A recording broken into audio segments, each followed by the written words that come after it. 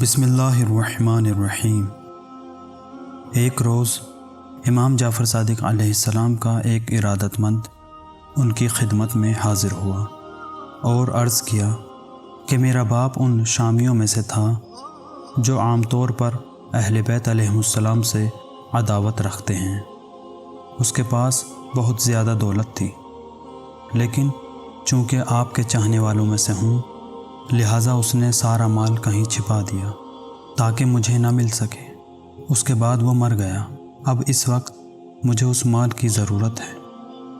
بہار الانوار میں کچھ اس طرح اس روایت کا خلاصہ بیان کیا گیا ہے کہ حضرت نے کچھ تحریر فرمایا اور اسے ہدایت فرمائی کہ آج رات جنت البقیع جا کر فلاں شخص کا نام لو اور اس سے میری جانب سے کہو کہ تمہارے باپ کو حاضر کرے تاکہ تم اس سے دریافت کر سکو۔ وہ شخص امام کا چاہنے والا امام کے حکم کے مطابق جنت البقیع میں پہنچا اور اس شخص کا نام لے کر پکارا۔ اس نے ظاہر ہو کر پوچھا، کیا چاہتے ہو؟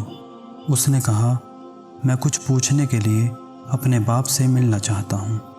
تھوڑی ہی دیر میں اس کے سامنے ایک کتا حاضر ہوا، اور عجیب بات یہ ہے کہ برزخ میں جو شخص جس صورت میں بھی ہو پہچان لیا جاتا ہے۔ اسی وجہ سے جب اس نے کتے کو دیکھا تو پہچان لیا اور کہا کہ میرے باپ تم پر کیا گزری؟ اس نے کہا، میں اہل بیت کے ساتھ عداوت کے نتیجے میں اس حالت کو پہنچا ہوں، لیکن تم اہل بیت کا دامن ہاتھ سے نہ چھوڑنا۔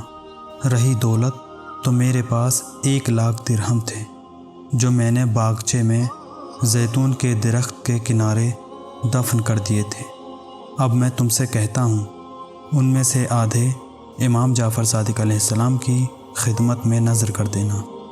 وہ جوان گیا اور نشاندہی کے مطابق ان 1,00,000 درہم کو نکال لیا، اور ان میں سے آدھے امام جعفر صادق علیہ السلام کی خدمت میں پیش کر دیے، جس سے امام جعفر صادق علیہ السلام نے بعض سادات کے قرضوں کو ادا کر دیا۔ راوی نے حضرت کی خدمت میں عرض کیا، مولا، اس نے جو یہ عمل انجام دیا کہ آدھا مال آپ کی خدمت میں پیش کر دیا، کیا اس عمل سے اسے کوئی نفع پہنچے گا؟ امام نے فرمایا، یہ عمل اس کے عذاب میں صرف تخفیف کا باعث بنے گا۔ اس واقعے سے یہ پتہ چلتا ہے اس شخص کو کتا بنایا نہیں گیا تھا، بلکہ اسی اہل بیت کی دشمنی نے اسے کتے کی شکل دے دی تھی۔